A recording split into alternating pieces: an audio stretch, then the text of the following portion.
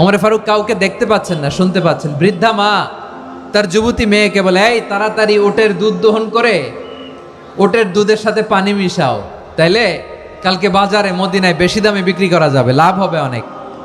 বৃদ্ধা মহিলা এটা বললেন। যুবতী মেয়ে উত্তরে বলে, মা আপনি জানেন না আমিরুল মুমিনিন খলিফাতুল মুসলিমিন ওমরে ফারুক দুধে পানি মিশানোকে দণ্ডনীয় অপরাধ বলে ঘোষণা দিয়েছে, জানেন না?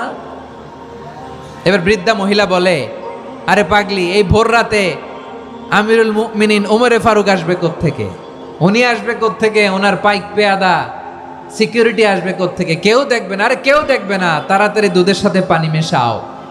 এই কথা যখন মা বলেছে, যুবতী মেয়েটা চমৎকার একটা উত্তর দিয়েছে।